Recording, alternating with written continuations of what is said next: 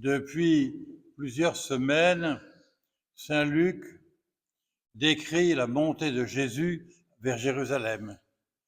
Et il place là des récits qu'il est le seul à raconter, comme le bon Samaritain ou Marthe et Marie.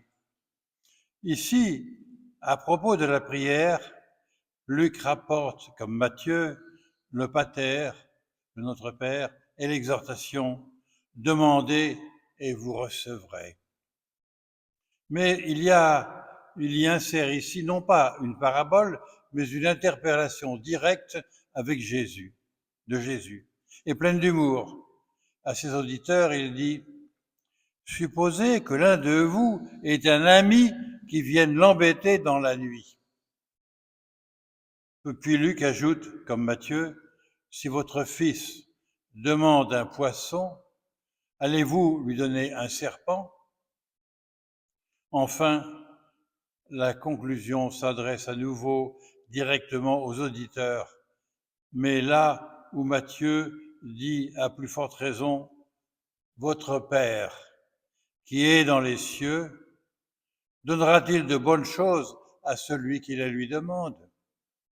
Luc écrit encore « À plus forte raison, votre Père des cieux donnera-t-il l'Esprit Saint à ceux qui le lui demandent ?» On a là plusieurs leçons à tirer. D'abord, la prière n'est pas un moyen d'obtenir la satisfaction de tous nos désirs, ni même de nos besoins, fussent-ils légitimes. C'est d'entrer en communion d'esprit et de vie avec Dieu. C'est cela la prière. Envisager comme notre Père, même notre meilleur ami, en sorte que son Esprit Saint devienne nôtre. L'Esprit de Dieu, l'Esprit Saint de Dieu devienne nôtre. Et que nous voyons ce que nous devons faire et comment nous devons agir. Demandez et vous recevrez. Ne peut être détaché du Notre Père, ni de la conclusion de l'ami importun. Notre Seigneur ne promet pas qu'à force de prière, on obtiendra ce qu'on veut, caprice ou nécessité. Mais si, selon le cas, les faveurs espérées sont nécessaires à notre sanctification, notre avancée vers lui, nos rapports justes et généreux envers nos prochains,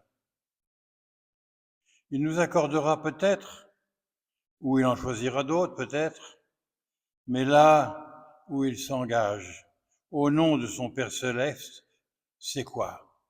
C'est de donner dans la prière l'Esprit Saint à ceux qui le demandent. Mais est-ce que nous désirons l'Esprit Saint? Alors il leur promet, à ceux qui demandent l'Esprit Saint, à ceux qui le demandent avec constance et sérieux, et envie de se convertir à lui. Mais avons-nous le désir réellement de nous convertir à Dieu? Il y a donc un ordre des demandes à respecter. Avant nos besoins, il y a notre sanctification, la glorification de Dieu notre Père en nous et à travers nous. Le compendium du catéchisme de l'Église catholique relève que les trois premières demandes du Pater, du Notre Père, nous tournent vers le Père pour sa gloire. C'est le propre de l'amour de penser avant tout à celui qui nous aime. La sanctification du Saint-Nom, la venue du royaume, l'accomplissement de sa volonté. Les 4 dernières demandes présentent au Père de miséricorde nos misères et nos attentes. Dans la Genèse, quand Abraham fait une prière d'intercession pour les pécheurs de Sodome, c'est pour l'honneur et la gloire de Dieu d'abord. Faire mourir le juste et le pécheur ensemble, quelle horreur si le juge de toute la terre rendait une sentence contraire à toute justice. Mais comme il n'y a pas un seul juste dans la ville, celle-ci sera brûlée. De fait, pour être exaucée, la prière doit venir d'une âme parfaitement bonne et juste. La seule prière juste, c'est celle du Christ en croix. Et nos prières ne peuvent être exaucées que par leur union à celle du Christ et notre transformation en lui, en devenant toujours plus fils de Dieu avec un petit f, dans le Fils avec un grand F. En 1983, le pape Benoît XVI écrivait « Si vous qui êtes mauvais savez donner de bonnes choses à vos enfants, combien de plus votre Père du ciel donnera-t-il l'Esprit à ceux qui le lui demandent ?» Le chrétien ne demande pas quelque chose de la part de la bonté de Dieu. Il demande à Dieu le don divin, l'Esprit Saint, Dieu lui-même, la bonté et l'amour en personne dans notre âme.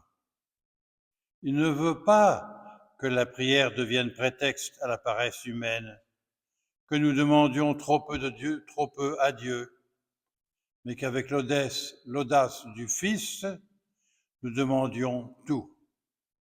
C'est d'ailleurs ce que font les saints qui nous surprennent toujours. Saint Luc souligne ainsi la purification des désirs propres à la prière chrétienne. Que la prière des fils soit la prière du Fils éternel de Dieu.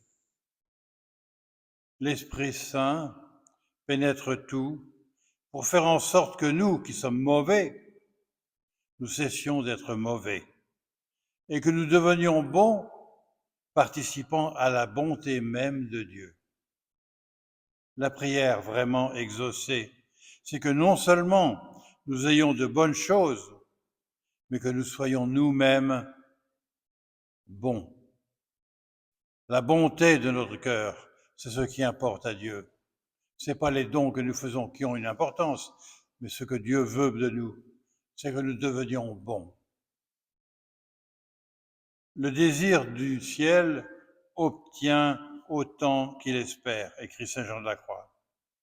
La mère Agnès de Jésus raconte au procès de canonisation de sainte Thérèse de Lisieux qu'un jour elle lui dit « Père céleste, le Père céleste donnera le bon esprit à ceux qui le lui demandent. » Et sainte Thérèse ajoutait, avec un ravissement qui la saisit, « Eh bien, ma mère, il n'y a qu'à la demander. » Mais nous, est-ce que nous désirons demander tous les dons de Dieu pour vivre uniquement selon la bonté de Dieu?